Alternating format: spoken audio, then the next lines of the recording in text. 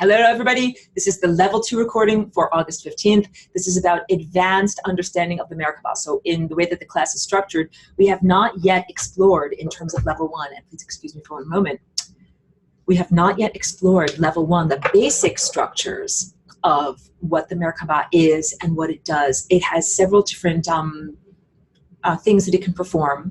There's the first one, which is being an energetic immune system, in the same way that we have a physical immune system that filters out the microbes that are pathogenic or harmful to the superstructure, but allows in microbes that are beneficial, like the ones that help me to digest my cookie in my tummy.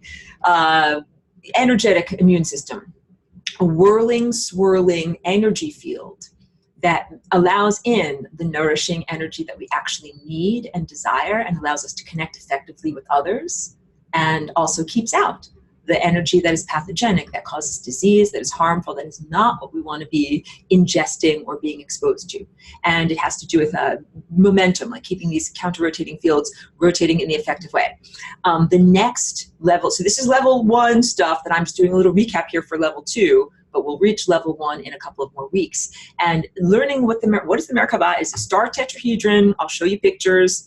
It is essential to learn how to do this as part of your training and preparation for being able to do this. So Merkabah or star tetrahedron is not exactly the same as, is not interchangeable with flying rainbow lasagna. These are two complementary things that you can do. Like imagine you're playing one melody with your left hand and you're playing one melody with your right hand, or whatever, two great tastes that taste great together, chocolate and peanut butter, something really, really good. How do I use Merkabah? Well, here's what we're going to talk about today. How do I use the Merkabah as part of my daily practice in preparation for flying rainbow lasagna? How do I use the Merkabah just for its regular issues of self-protection and manifestation? And then how do we use the Merkabah for interdimensional travel?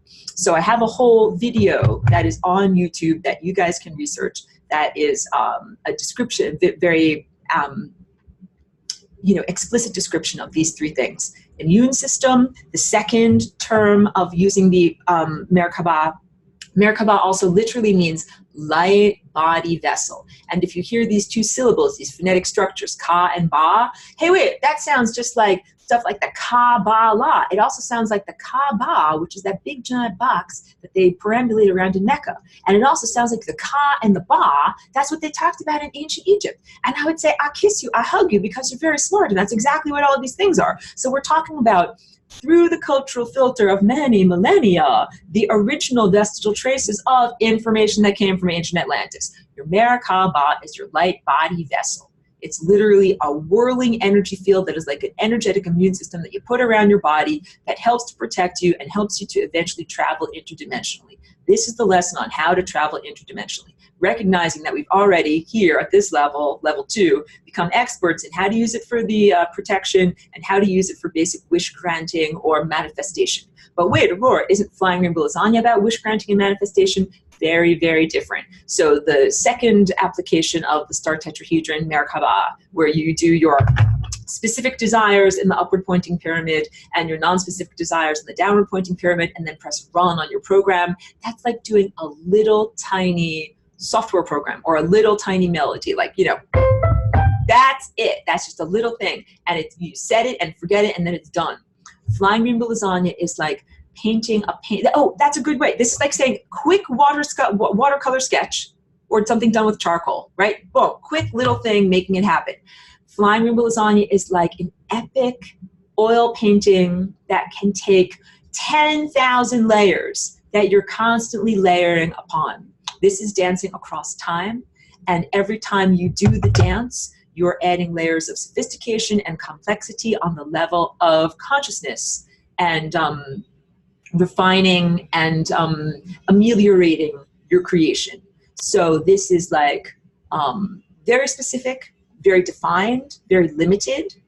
And limited doesn't necessarily mean bad. It's like for that particular meal. Like, this is the recipe for this particular dinner. That's it. But this is like, oh, this has been in the slow cooker. This brisket has been in the slow cooker for like, whatever, 10 years. And we're still adding more and more good ingredients to it. We're still making this even more nourishing.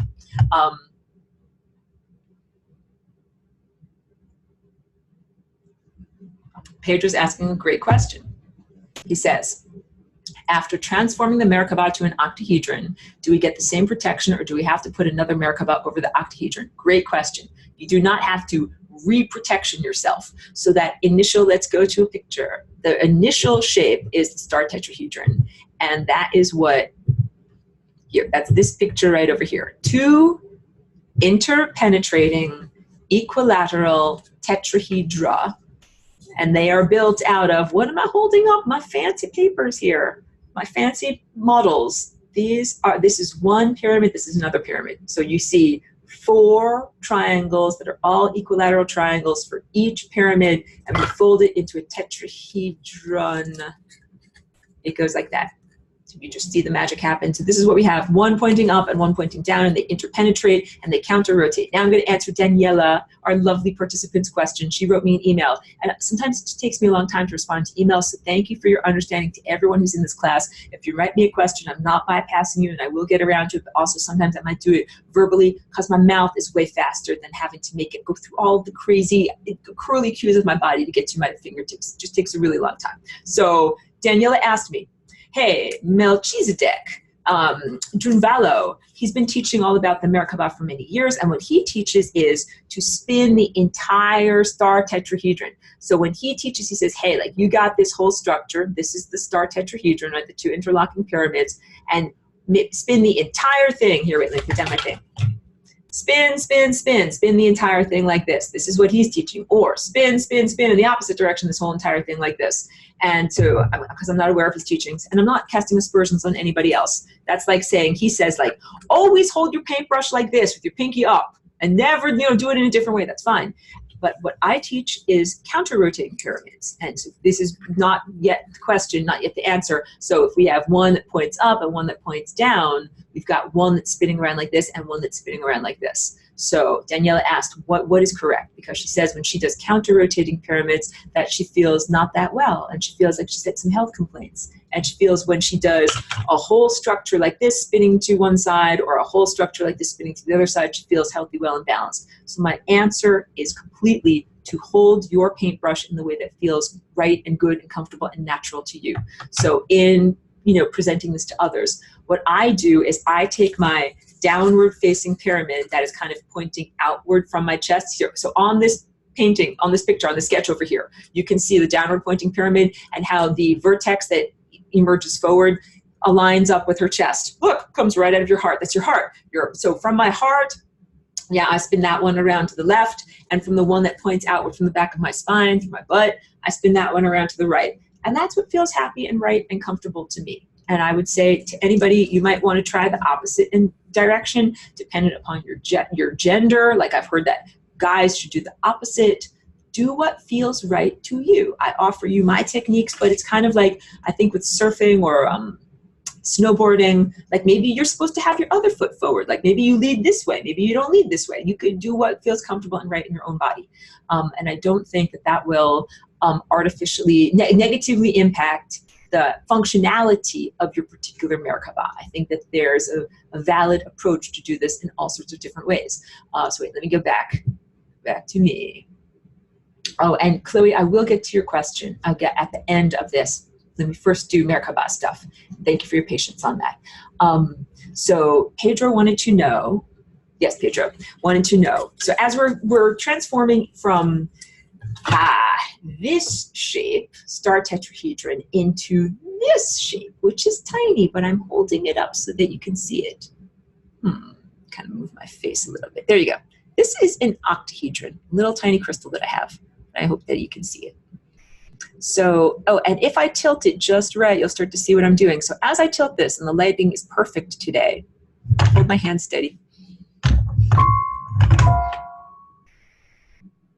If you look through the top face of that crystal, you should see a like a star tetrahedron shape in there. Hold this so that you can see it a little bit better. Oh, I hope it didn't get blurry, but I will now draw this out for you. So what we're doing right now is changing the structure of our body so that we can fit through a wormhole of time. Like the way that you get like a key in a lock, the way that you are changing the shape of your body into a crystalline structure in order to get into a higher dimensional reality. It's actually way harder than getting into a clank clank metal spaceship.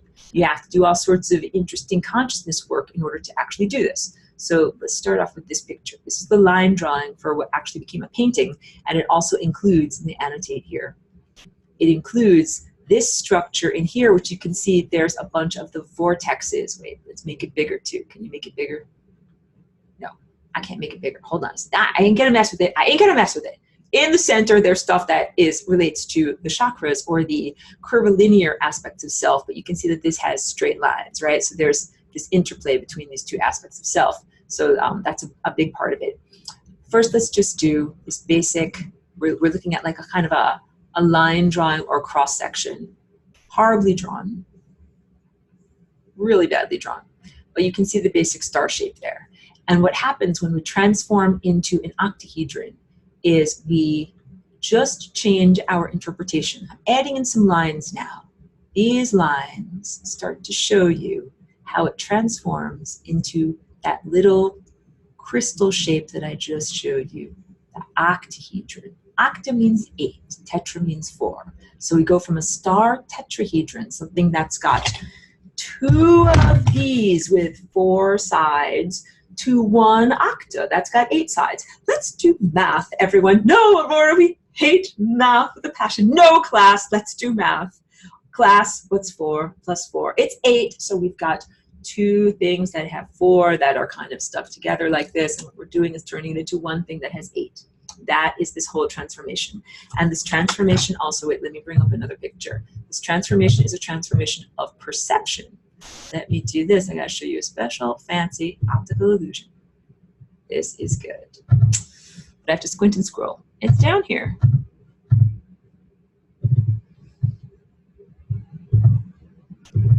Back to screen share. Optical illusion. So this is a pretty famous optical illusion, or a way that you flip-flop with your perception. Hey, either it looks like a young woman kind of like turned to the side with a long curly feather, or it looks like an old woman with kind of like a hook nose and like a pointy chin. And that whole flip-flop has nothing at all to do with adding or removing lines. So it's the same exact charcoal sketch, but it has to do with your perception changing. This is the way that you change your shape in order to get through a higher dimensional portal, let's call it, to travel interdimensionally. So what you need to do is transform your star tetrahedron into an octahedron. So we have 2, and what you do, you don't change the lines, you don't erase the lines, you don't do anything different. You just rearrange what you already have. So you don't need to add or remove anything from the recipe. You don't need to add or remove anything from your body. These are your 2 pyramids, your tetrahedra, and all that you need to do is change their shape. So what you're going to do is take one of these, and can you see what I'm doing? Kind of flipping out one of its sides like this, and making that go like this. Now what I have is a hollow pyramid, first of all, that resembles the Great Pyramid of Giza. It has 4 sides and it has a square base. So we went from having a triangular base to having a square base. And another huge change and improvement is that we have created a new angle. Previously, we only had 60-degree angles. Aurora, you're making us do math. Yes, I'm making you do math. It previously only had 60-degree angles. It's an equilateral triangle, 60, 60, 60. Hey, class, what's 60 plus 60 plus 60? Aurora, it is 180. Very good. You are all smart. You get gold stars. But this guy up here is not a 60-degree angle. This is a 90-degree angle. So what happened was we just gained a new degree of freedom, because we used to only be able to move in 60-degree angles. How boring. But now we have a choice. Oh, I can move in 60-degree angles, or I can move in 90-degree angles. And you do the same thing with the complementary pyramid that is, the downward pointing one. You get another little square-shaped base. And what happens is we fit them both together like this. Oh, and that makes an octahedron. Octa has 8 sides. So you want to count out the sides with me? We're going to count, like on Sesame Street. 1, 2, 3. We're going to count. This is like really, really messy, but you see it. Okay, front side. 1, 2, 3, 4. That's the top. And here's my bottom. I'm holding it like an ice cream cone. 1, 2, 3. By me, 4. 1, 2, 3, 4. 1, 2, 3, 4. And that class makes 8. Now let's do it with my little visual representation. So that cardboard structure that I just showed you is the same as this little crystalline structure. I'm trying to hold it up so you can see it better. Had it pretty good. Okay, crystalline structure, you can see that there. Now let's do the line drawing. Line drawing. This is how you travel interdimensionally, everyone. So this is also really big because you're not just running on the hamster wheel. I know that there are a lot of teachers, like this Merkabah information is not proprietary to me at all.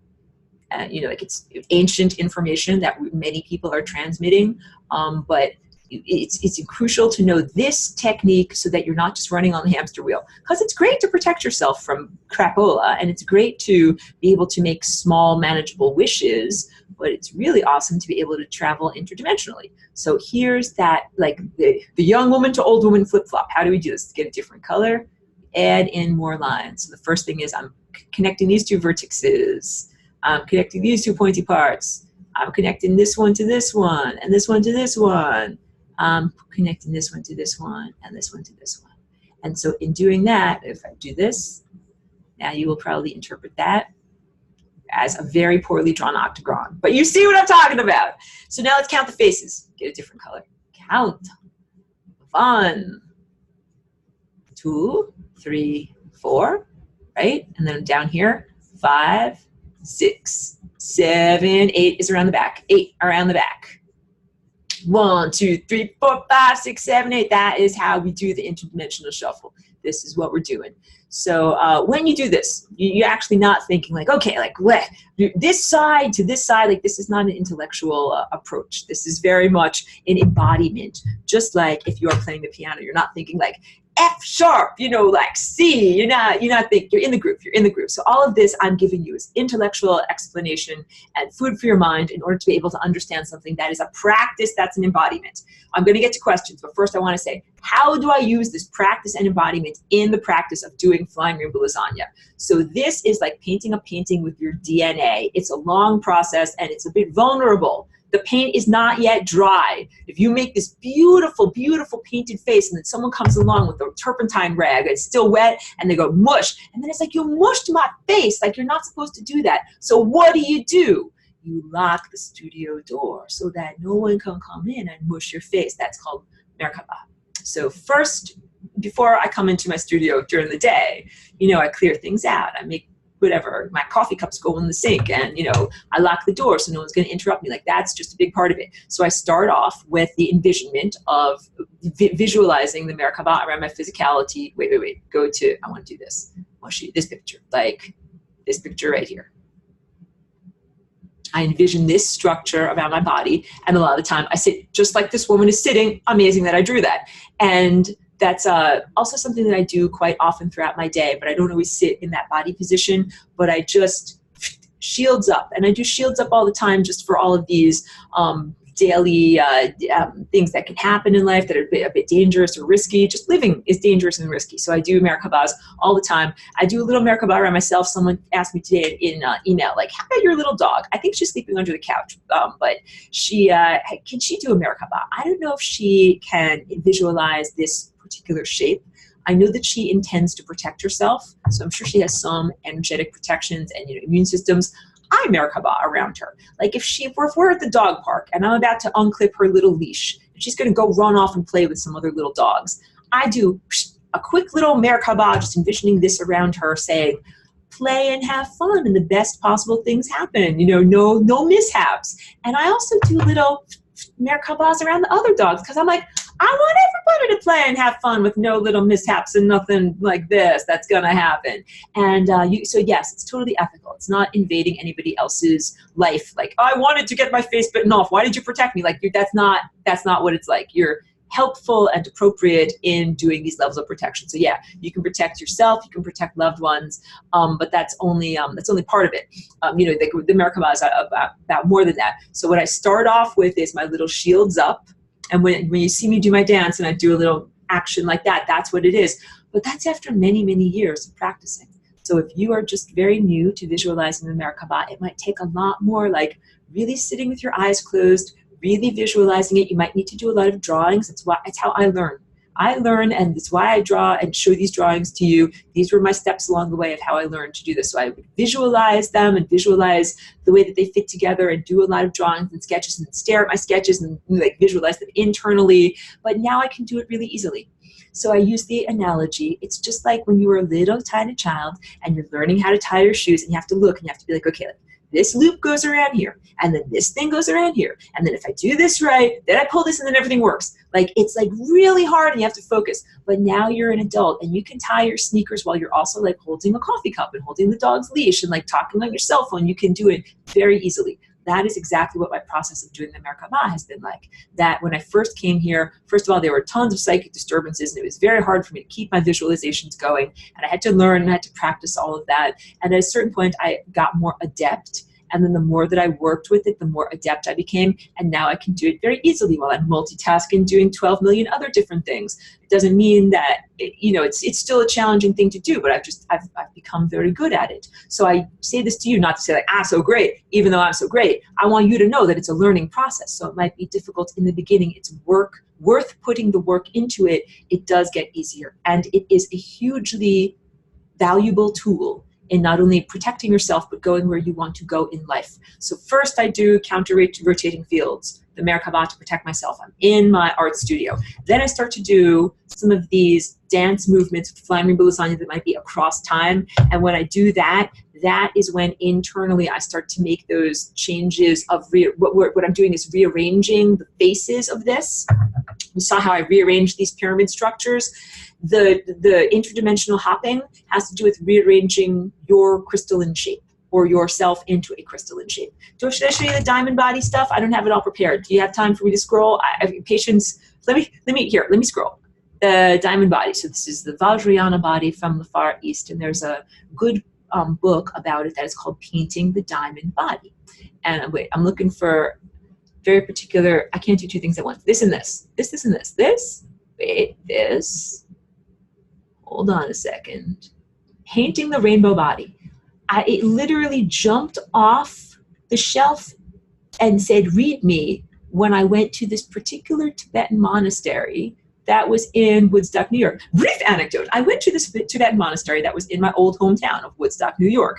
And I had some time in between presentations there. And I went into their little bookshop, and literally a book jumped off the shelf at me. And it had this rainbow colored spine. It said, Painting Rainbows. I said, oh, like, that's for me. And I read through this book, like it's a skinny book, in the time that I had in between, whatever was going on there.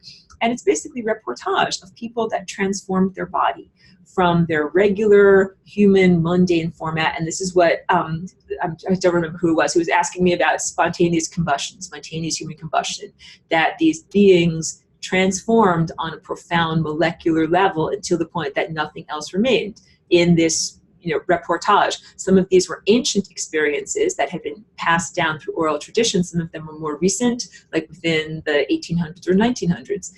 But there's very rarely like any kind of physical evidence, it's not like for the scientific rational skeptic, but in some cases, the person who's self-transformed, some of them shrunk down into little tiny relics. Like their corpse did not putrefy, they simply shrunk down. Some of them almost became like a mummy or like a little doll. Some of them, I'm just looking at something out my window out there. Some of them left behind something like their fingernails and their hair, but no flesh was left behind. Sometimes they left behind something just like a bone shard.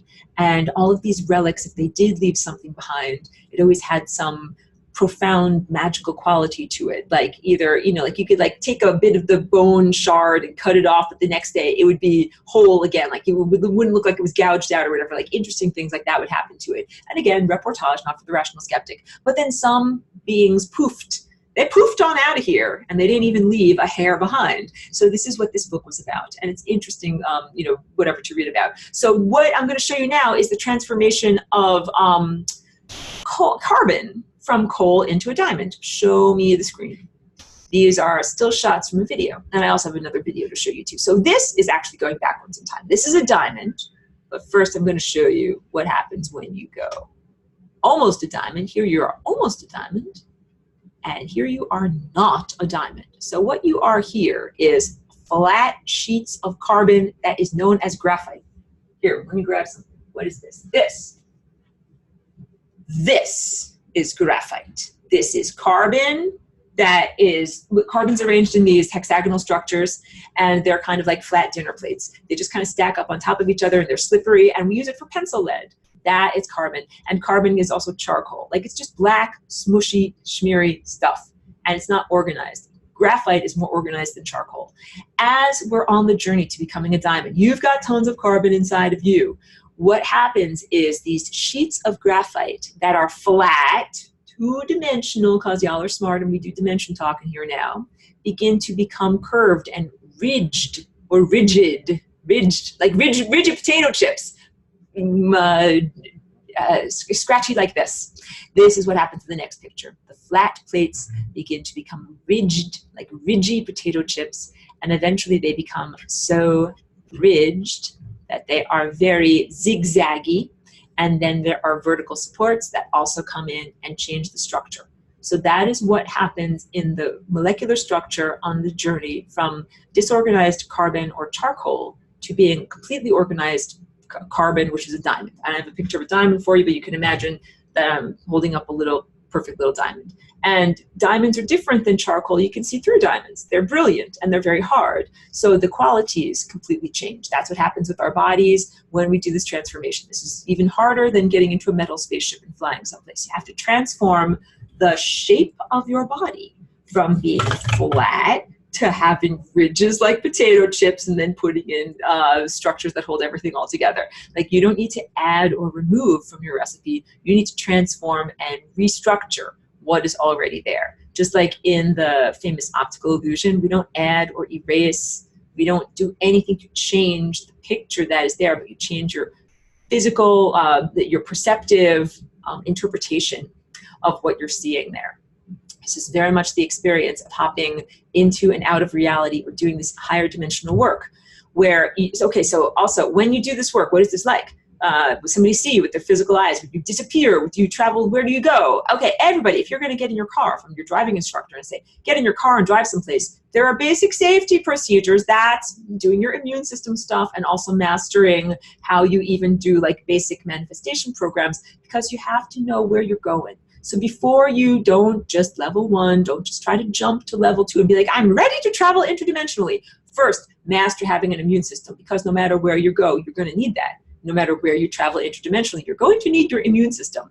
So I'm also very responsible if I'm saying, like, here, like, have the keys to the car. I'm not just going to tell you, like, go drive to the worst neighborhood possible, like, whatever, drive to Times Square. Like, no, it's all pimps. It's all, like, whatever, horrible, horrible people. You don't want to go there. It's the worst part of town. So what I need to make sure is that, you know, like, here's safety. You got to wear your safety belt. You got to have enough gas, have a map. You got to know where you're going. Know where you're going. Don't just go to the lower astral. So Times Square with all the pimps, that's like the lower astral. Don't go there. And, you know, I'm being facetious, but also, or like whatever, satirical, but also, like, I have huge yellow caution flags against using psychedelics and stuff like that, ayahuasca and a lot of these magical elixirs. I think that a lot of them just send you to the lower astral. And I don't say that from personal experience, because I don't drink that myself. I'm surmising. I think this is what's going on. I don't think that you're drinking this stuff and actually blasting into these real higher levels of perception. I think that it's mostly hanging out with the pimps in Times Square. So I'm saying, if you're going to travel interdimensionally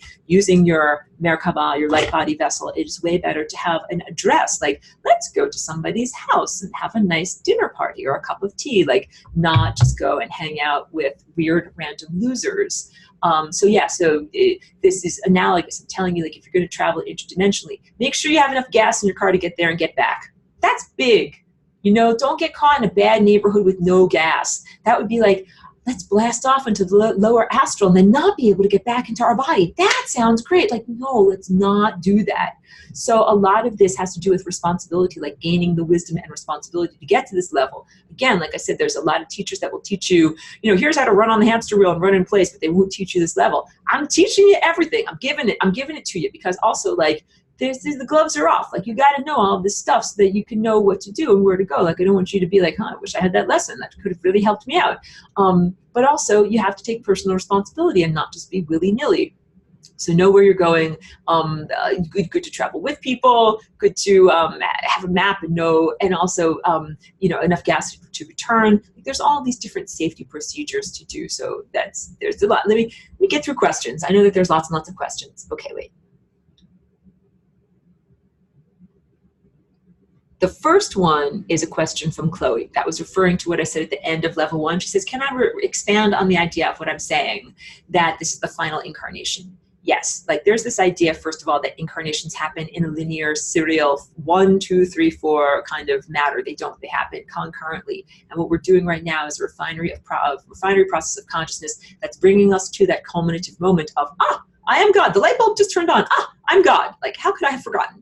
And that happens across all of your lifetimes all at once. So it's not like, oh, I'm going to get to that moment, I am God in this lifetime, and then, you know, like my, whatever, I'll have to do this and I'll have to do this. No, you do it all at once. You do it all at once. So what is happening right now in our transformation from rigid potato chips into diamond superstructure bodies is that you don't have to keep on having the experience of being an embodied human according to the definition of that's the human octave and that's what it is to be human. You can say, oh, you get to keep on being human if we expand into a higher octave, then you can still say you're human. But other than that, like, no, like you ain't going to be your old self. You ain't going to be a caterpillar. You're moving into a higher dimensional experience. And so, yes, you can't put it off to the next life. You can't be like, in my next life, I'm going to be a this or that. In my next life, I'm going to brush my teeth every night. Like, you can't be that way. You got to be like, wow, I got to take responsibility and accountability and do it now in this life.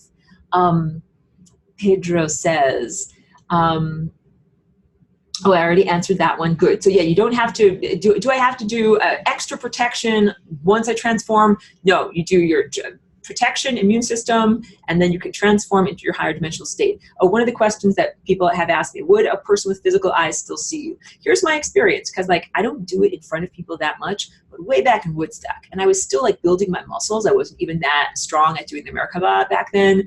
I was sitting in my backyard and I was doing it sitting right in the middle on my lawn chair, and I had a friend who was scheduled to come over and say hi at my studio, and he literally came to the door, looked all around the whole entire backyard, right at me, did not register me at all, and then turned and he was about to leave. And I had to kind of like break my meditation when I was doing and be like, hey, like I'm right here, like don't go anywhere. So I don't think that I was a part of his reality. I think that he totally did not see me. And what I presently do in terms of this work and the Flying Rainbow Lasagna work, I feel like I'm hopping back and forth in and out of reality incredibly fast.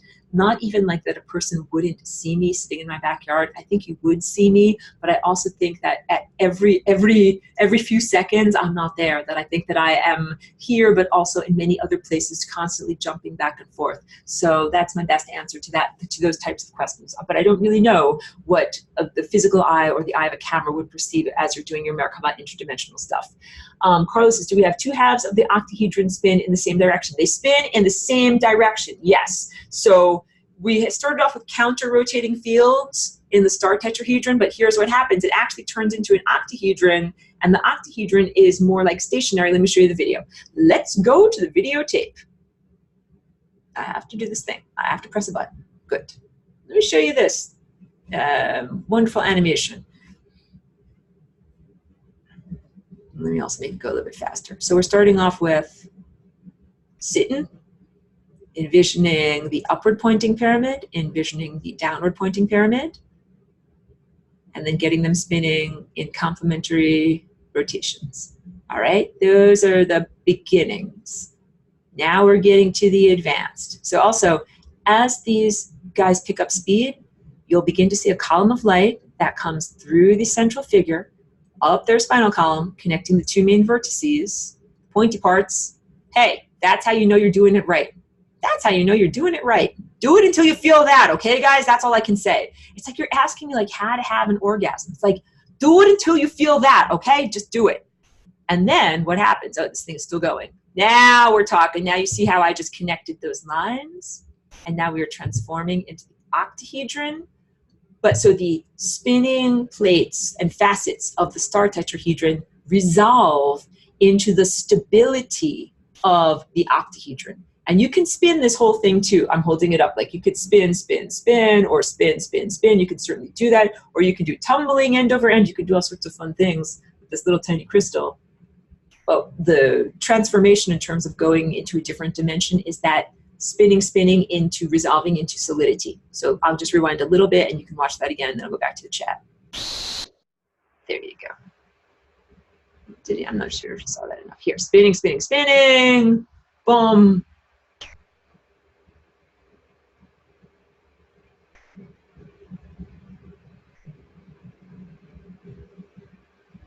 And then resolving into a stable octahedron. And you just traveled interdimensionally. Good.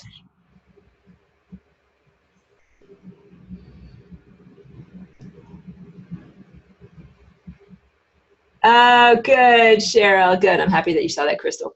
Ellie, good to see you. Says, by perceiving the lines joining the points of the Merkabah, the octahedron was tilted. Its top point was at an angle from the top point of the Merkabah. By unfolding both pyramids of the Merkabah and hopping them together on their now square base, the point of the octahedron was the same as that of the Merkabah. What is the incidence of this tilting or the same point? I'm not sure I understand the tilting. You initially saw some tilting. Oh, you mean when I showed you this crystal in the way that here, like, so here I have this crystal face on like this, but if I tilt it forward like this, the issue is when I tilt it forward, you're able to kind of see through the front face of this crystal if the lighting is just right. I don't want to annoy everybody with this, but if you do it just right, you can actually see this transformation in the physical reality.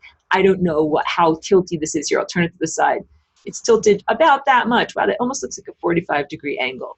But I have never measured it, and I always do it, trying to do it in front of a little camera to try to show people. So that's my best answer. Thank you. It's a really good question. Miss Plugin says, is a fast visualization enough, or is it better to do it a long time? You can tie your shoes fast. Fast is fine. Pedro says, when several people put a Merkabah on someone, something, or somewhere, do we get several Merkabahs or just one super reinforced one? I would say if you do it right, you get one super reinforced one. It would be like we've got low C, and then a higher one, and then an even higher one. Let's play them all together. That would be what that is, and that they all coordinate harmonically and reverberate harmonically. Really good question there. Thank you.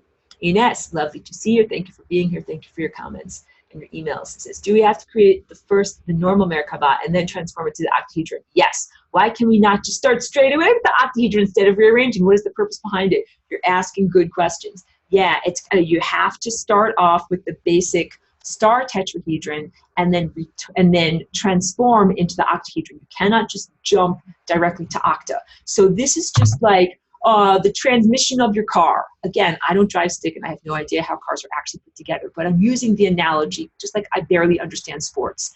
You have to shift gears. You have to shift levels of perception. And in your car, you can't go directly from this gear all the way up to this gear because your car will make a horrible crunching noise. You don't want reality to make a horrible crunching noise. So you have to shift through these levels. So you start off with the basic triangular structure, and then you shift into the octagonal structure. And then, of course, you shift back into this structure as you come out of reality. You return to reality. Like, I don't know if I told you that. If I remember to tell you that, like, you go tetra, octa, tetra, back into reality. Like, you're back again. You need to come back again. That's it.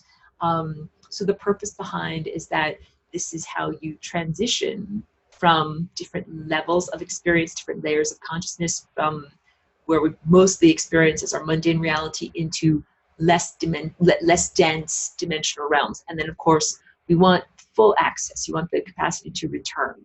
So you would say, like, spontaneous combustion, that's a one-way journey. Like, you ain't coming back from that. This is not spontaneous human combustion. This is more about the capacity to meld dimensional experience or perceive other dimensions or go to other places. And then, of course, to return to your body and to return to this time place.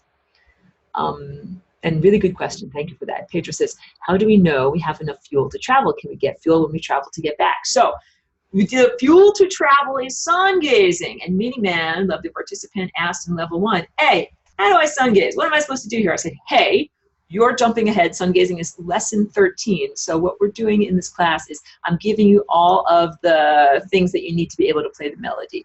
Like, you're going to have to be able to use your left hand, your right hand, foot pedal, and you're going to have to use your ears too at the same time. So these are all things. So you get your energy traveling from sun gazing.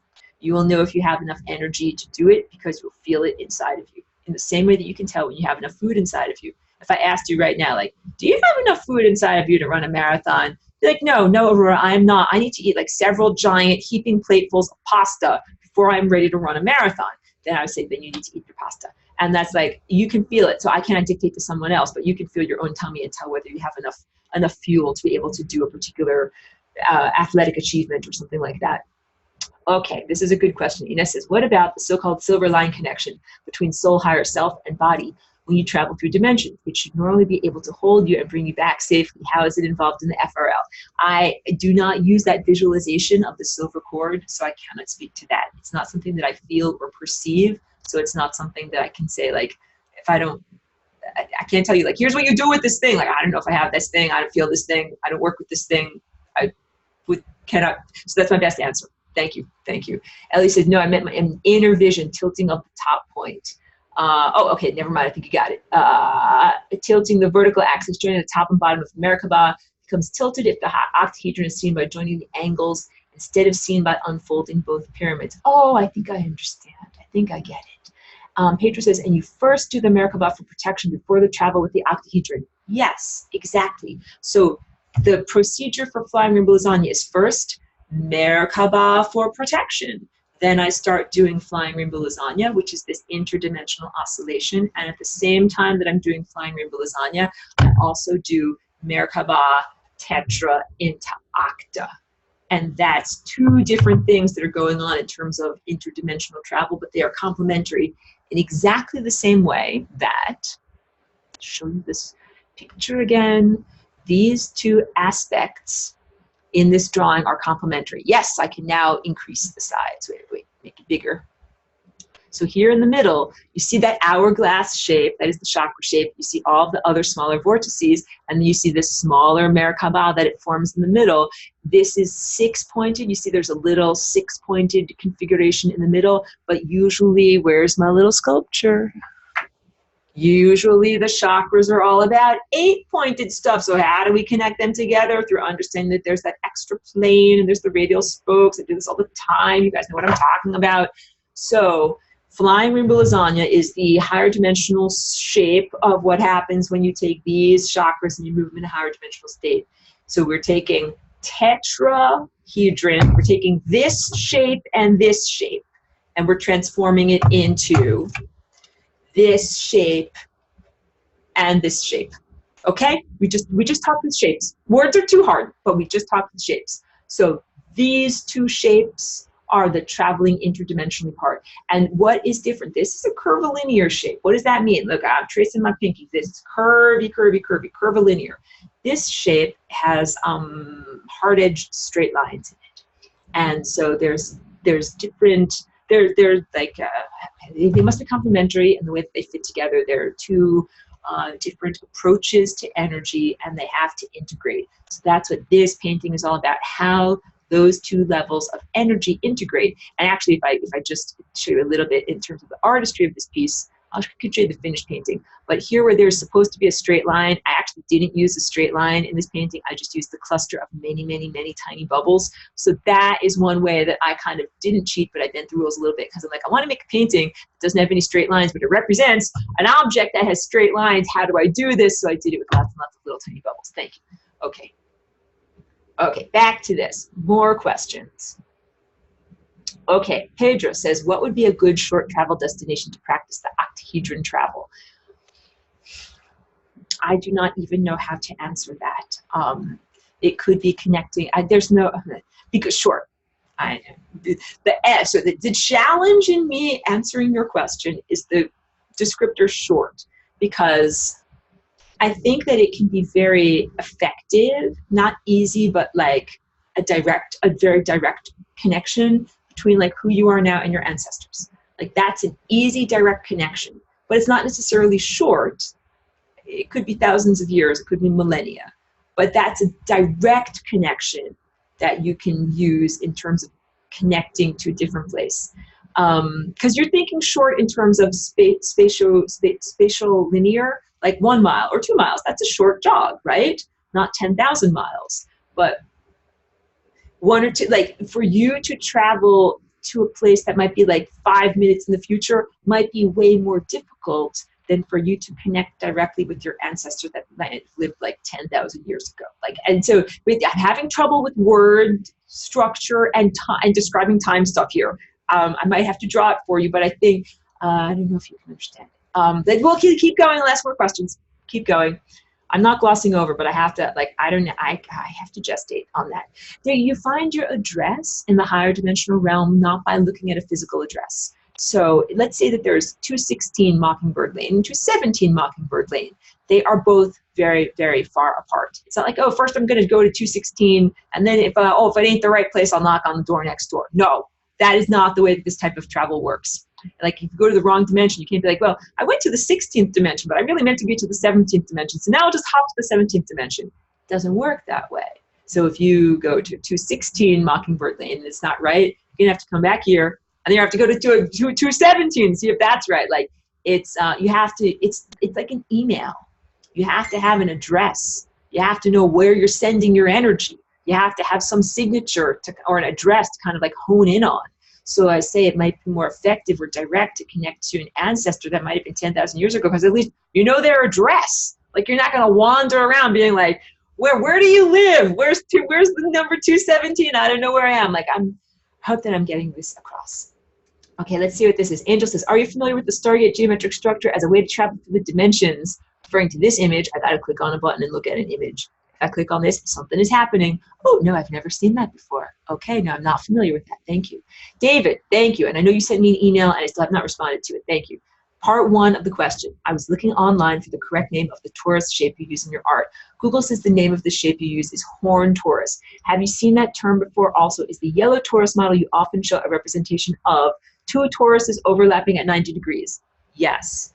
This we would say like a full chakra, or there's two toruses. One is going in this orientation and one is going in this orientation. And I think horn torus is accurate. It has something to do with the description of if the torus cross section, like we've got, the two circles here, do these two circles, do they meet completely in the middle? Is there a little bit of a space? Is there more of a space? So there's a bunch of different types of toroidal structures where there's more of a central column in the middle, as opposed to the two eyes being like more close set. Some of the eyes are set further apart. Some of them are set directly close together. So I'm working in like the realm of pure abstraction. So I always make my circles being put perfectly together. But I think in some of the toroidal structures that are done with actual copper wiring, that they're doing, they're calling them phi, based on the phi ratio of figuring out how wide the gap needs to be here between my little thumbnails so that the windings work correctly. Thank you. Excellent question. Thank you so much. Pedro says, I mean short travel for needing little fuel or not getting stuck thousands of years or miles away. Again, short travel for a little bit of fuel might be like taking a very direct journey. Might be like being able to connect to something that's easy to connect to, even though it might be 10,000 years away or ago. It might be easy for you to connect with that. It might only take $10 to connect with your ancestor, but it might take $10 million to connect 5 minutes into the future. So it's all about, like, again, I'm having difficulty describing in words, but I think I'm getting it across. Miniman says, still not sure how to do the Merkabah. I imagine it, spin it in opposite directions. I need some simple explanation. Miniman, you are a level 1 student. We are getting into the basics of Merkabah in the upcoming weeks of the flying of level 1 in preparation for flying rainbow lasagna. So this is the level 2 class. So don't be frustrated if you just learned the most advanced thing you can do with the Merkabah, but not the easiest, simplest things first. In level 1, we'll get into the easier, simple things. So it'll just take a couple of weeks. And I don't always mean to be always putting you off, but you're just smart. You're always anticipating these questions and like trying to jump ahead a little bit. So the information will come. So, but the real answer is what you do is you first, I'll show you in the video. Go to the videotape. This is how you do it, man. So we'll do this one more time. How do you do the Merkabah? How do you do the initial parts of it? I usually sit like this because it's comfortable for my body, but you can sit in a chair, or you can do it standing, or you can do it lying down. First, one envisions the upward pointing pyramid, and then usually I keep it steady, and then I envision the downward one, then I get them spinning. But in this animation, you have the top one spinning, then envision the downward pointing one, then get them both spinning in complementary rotations, dependent upon what feels right for you. And that is doing the basics of the Merkabah, and you know you're doing it right when you feel this column of light go up and down the middle of your spine. That's the basics. And then all the stuff that I've talked about with the tetra to octa, that's the super advanced. So you will get to super advanced, but you'll also master the basics first. Eleanor says, so you can share your input on this tilting from Merkabah to octahedron. Does the axis stay the same, upper point and bottom point in same position from Merkabah to octahedron? Yes, I do not see a difference in the tilt. So, but I'm not sure if we're talking about the same thing. Words are very hard. But we have the initial structure that is oriented like this, and then the thing that it turns into is oriented, and you see it against a dark background, oriented like this.